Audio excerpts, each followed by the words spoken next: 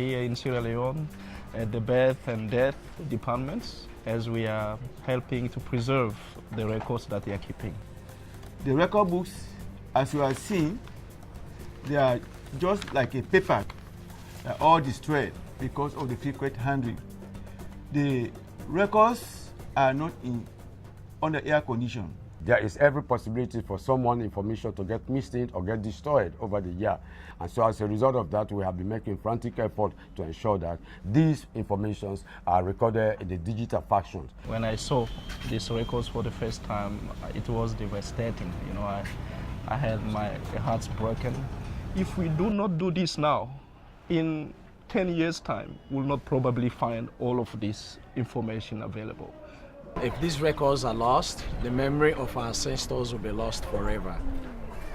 I will start by thanking God for giving us the idea and the knowledge to approach family search. The chief of the State House of the government of Sierra Leone sent an official correspondence to the president of the Church of Jesus Christ of Latter-day Saints, President Thomas S. Monson, asking if the church organization in charge of record preservation can come in the country to help the country to preserve all the sensitive records that they are keeping. So this is how we're doing it. We're helping to preserve the records by providing the necessary tools and the technology and the experience. We have more than 4 million records that we have to preserve, between 40 to 50,000 images per week.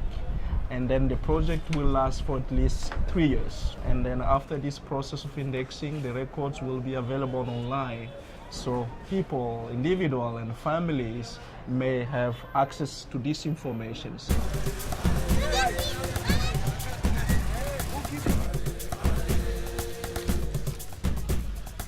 Here we are in Tombo, in the western rural district in Sierra Leone. Behind me, you may notice the health center. You see mothers registering their new babies. And this is one of the birth and death registration office that we have in the country, where some of the records are coming from for digitalization and preservation purpose. As well as preserving the government's records, we also help to preserve the Catholic Church records in the Archdiocese of Freetown. If anyone allows these records to fall apart, to dissipate, it would be a colossal, dastardly negative effect on the history and the integrity of our nation. The work that Family Search is doing is phenomenal. Any kind of record at all is crucially important because it becomes a database for future generations.